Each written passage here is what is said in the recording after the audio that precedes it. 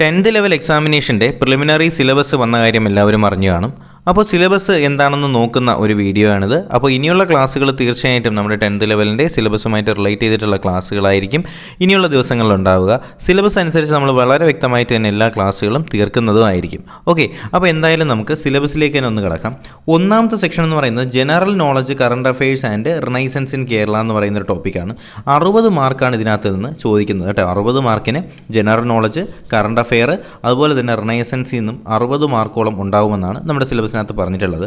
ഒന്നാമത്തെ മൊഡ്യൂളിനകത്ത് അവർ കൊടുത്തിട്ടുള്ളത് ശാസ്ത്ര സാങ്കേതിക മേഖല, കലാ സാംസ്കാരിക മേഖല, രാഷ്ട്രീയ സാമ്പത്തിക സാഹിത്യ മേഖല, അതുപോലെ കായിക മേഖലയുമായി ബന്ധപ്പെട്ടിട്ടുള്ള ഇന്ത്യയിലെയും പ്രത്യേകിച്ച് കേരളത്തിലെയും സമകാലീന സംഭവങ്ങൾ അല്ലെങ്കിൽ കറണ്ട് അഫെയറുമായിട്ട് റിലേറ്റ് ചെയ്തിട്ടുള്ളതാണ് 10 മാർക്ക് എന്ന് പറയുന്നത്. ഓക്കെ അല്ലേ? അപ്പോൾ രണ്ടാമത്തെ ടോപ്പിക് എന്ന് പറയുന്നത് ഇന്ത്യയുടെ ഭൂമിശാസ്ത്രപരമായിട്ടുള്ള സവിശേഷതകൾ, അതിർത്തികളും അതിരുകളും, ഊർജ്ജ മേഖലയിലെ അതിർത്തികളും അതിരുകളും, അതുപോലെ തന്നെ ഗതാഗത വാർത്താവിനിമയ മേഖലയിലെയും പുരോഗതി, പ്രധാന വ്യവസായങ്ങൾ എന്നിവ ബന്ധിച്ചിട്ടുള്ള പ്രാഥമിക അറിവാണ് രണ്ടാമത്തെ ടോപ്പിക് എന്ന് പറയുന്നത്. അതിനകത്തും 10 മാർക്കാണ് ചോദിച്ചിട്ടുള്ളത്. മൂന്നാമത്തെ ടോപ്പിക് എന്ന് പറയുന്നത് ഇന്ത്യയുടെ സ്വാതന്ത്ര്യവുമായി ബന്ധപ്പെട്ട് രാഷ്ട്രീയവും സാമൂഹികവും സാംസ്കാരികവുമായി ബന്ധപ്പെട്ട മുന്നേറ്റങ്ങൾ, ദേശീയ പ്രസ്ഥാനങ്ങൾ, സ്വാതന്ത്ര്യാനന്തര ഇന്ത്യ നേരിട്ട പ്രധാനപ്പെട്ട വെല്ലുവിളികൾ തുടങ്ങിയവയുമായി ബന്ധപ്പെടുത്തിയിട്ടുള്ളതാണ് മൂന്നാമത്തെ മൊഡ്യൂൾ. അതിനകത്തും 10 മാർക്കിനാണ് ചോദിച്ചിട്ടുള്ളത്. നാലാമത്തെ മൊഡ്യൂൾ എന്ന് പറയുമ്പോൾ എന്താണ്? ഒരു പൗരൻ്റെ അവകാശങ്ങളും കടമകളും, ഇന്ത്യയുടെ ദേശീയ ചിഹ്നങ്ങൾ, ദേശീയ പതാക, ദേശീയ ഗീതം, ദേശീയ ഗാനം തുടങ്ങിയ അടിസ്ഥാന വിവരങ്ങൾ, മനുഷ്യാവകാശ കമ്മീഷൻ എന്നിവയുമായിട്ട് ബന്ധപ്പെടുത്തിയിട്ടുള്ള അറിവുകളാണ് നാലാമത്തെ ടോപ്പിക്കിനായിട്ട് വരുന്നത്. അതിനകത്തും 10 മാർക്കാണ് ചോദിച്ചിട്ടുള്ളത്.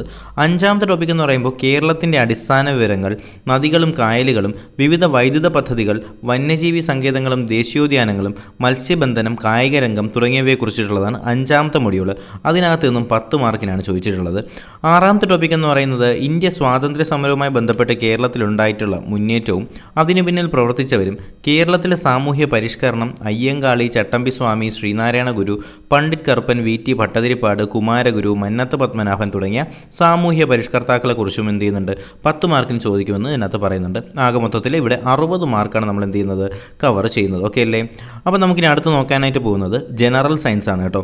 അപ്പോൾ ജനറൽ സയൻസിനകത്ത് നാച്ചുറൽ സയൻസ് അല്ലെങ്കിൽ നാച്ചുറൽ സയൻസിനകത്ത് ചോദിക്കുന്നത് മനുഷ്യ ശരീരത്തെക്കുറിച്ചുള്ള പൊതുവറിവ്, നമ്മുടെ ജീവകങ്ങളും അപര്യാപ്തത രോഗങ്ങളും രോഗകാരികളും, കേരളത്തിലെ ആരോഗ്യക്ഷേമ പ്രവർത്തനങ്ങൾ, കേരളത്തിലെ പ്രധാന ഭക്ഷ്യകായിക വിളകൾ, വനങ്ങളും വനവിഭവങ്ങളും, പരിസ്ഥിതി പ്രശ്നങ്ങളും തുടങ്ങിയവയാണ് നമ്മുടെ നാച്ചുറൽ സയൻസിൽ നിന്ന് ചോദിക്കുന്നത്. എന്നാൽ ഫിസിക്സിനകത്ത് നിന്ന് ചോദിക്കുന്നത് എന്തൊക്കെയാണ്? ഫിസിക്കൽ സയൻസിനകത്ത് നിന്ന് ചോദിക്കുന്നത് ആറ്റവും ആറ്റത്തിൻ്റെ ഘടനയും, അയിരുകളും ധാതുക്കളും, മൂലകങ്ങളും അവയുടെ വർഗീകരണവും, ഹൈഡ്രജനും ഓക്സിജനും, നമ്മുടെ രസതന്ത്രം ദൈനംദിന ജീവിതത്തിൽ എന്ന് പറയുന്ന ടോപ്പിക്കുണ്ട്. നമ്മുടെ ദ്രവ്യവും പിണ്ഡവും, പ്രവൃത്തിയും ഊർജവും അതിൻ്റെ പരിവർത്തനവും, താപവും നമ്മുടെ ഊഷ്മാവും, പ്രകൃതിയിലെ ചലനങ്ങളും ബലങ്ങളും, ശബ്ദവും പ്രകാശവും തുടങ്ങിയവയാണ് അടുത്ത 10 മാർക്കിനകത്ത് ചോദിക്കുന്നത്. നമ്മുടെ ഫിസിക്സിൽ നിന്ന് ചോദിക്കുന്ന 10 മാർക്ക് അതിനകത്ത് നിന്നാണ്. പിന്നെയുള്ള എന്താണ്? നമ്മുടെ simple arithmetic and mental ability എന്ന് ചോദിക്കുന്നുണ്ട്. സംഖ്യകളും അടിസ്ഥാന ക്രിയകളും, ലസാഗു ഉസാഗ, നമ്മുടെ ഭിന്നസംഖ്യകൾ, ദശാംശ സംഖ്യകൾ, വർഗ്ഗമൂലം, അതുപോലെ തന്നെ ശരാശരി, ലാഭവും നഷ്ടവും, സമയവും ദൂരവും, അതിനകത്ത് നിന്നെല്ലാം എത്ര മാർക്കിനുണ്ട്? 10 മാർക്കിന് ചോദിക്കുന്നുണ്ട്. പിന്നെ മാനസിക ശേഷിയും നിരീക്ഷണ പാഠവും, ഗണിത ചിഹ്നങ്ങൾ ഉപയോഗിക്കുന്ന ശ്രേണികൾ, സമാന ബന്ധങ്ങൾ, തരംതിരിക്കൽ, ഒറ്റയാനെ കണ്ടെത്തുക, വയസ്സുമായി ബന്ധപ്പെട്ടത്, സ്ഥാനനിർണ്ണയം എന്നിങ്ങനെയാണെന്ത് നമ്മുടെ മാനസിക ശേഷി അല്ലെങ്കിൽ മെൻ്റൽ എബിലിറ്റിയിൽ നിന്ന് 10 മാർക്കാണ്. ഇതിനകത്ത് ഇംഗ്ലീഷിൽ നിന്ന് ചോദിക്കുന്നില്ല. അപ്പോൾ ഇംഗ്ലീഷ് ഇല്ലയെന്ന് തന്നെ നമുക്ക് ഉറപ്പിക്കാവുന്ന കാര്യമാണ്. എന്തായാലും ഇതാണ് നമ്മുടെ 10th ലെവലിൻ്റെ സിലബസ് എന്ന് പറയുന്നത്. അപ്പോൾ ഈ സിലബസ് നിങ്ങൾക്ക് PDF ആയിട്ട് വേണമെങ്കിൽ എന്ത് ചെയ്യുക? തീർച്ചയായിട്ടും നമ്മുടെ ടെലഗ്രാം ചാനലിലേക്ക് ജോയിൻ ചെയ്യുക. ചാനലിൽ ഞാൻ ഇതിൻ്റെ PDF അപ്ലോഡ് ചെയ്തിട്ടുണ്ട്. അപ്പോൾ തീർച്ചയായിട്ടും നിങ്ങൾക്ക് ഇതിൻ്റെ PDF നമ്മുടെ ടെലഗ്രാം ചാനലിൽ ലഭിക്കുന്നതായിരിക്കും. അപ്പോൾ തുടർന്നുള്ള ക്ലാസ്സുകൾ നോട്ടിഫിക്കേഷൻ ലഭിക്കുന്നതിനായിട്ട് ചാനൽ സബ്സ്ക്രൈബ് ചെയ്യുക. നിങ്ങളുടെ ബെൽ ബട്ടൺ കൂടി എനേബിൾ ചെയ്തെങ്കിൽ മാത്രമേ ഞങ്ങൾ അപ്ലോഡ് ചെയ്യുന്ന വീഡിയോസും ക്ലാസ്സും നിങ്ങൾക്ക് നോട്ടിഫിക്കേഷനായി ലഭിക്കത്തുള്ളൂ. എന്തായാലും പുതിയൊരു ക്ലാസ്സും വീഡിയോ ആയിട്ട് കാണുന്നവരേക്കും എല്ലാവർക്കും ഗുഡ് ബൈ.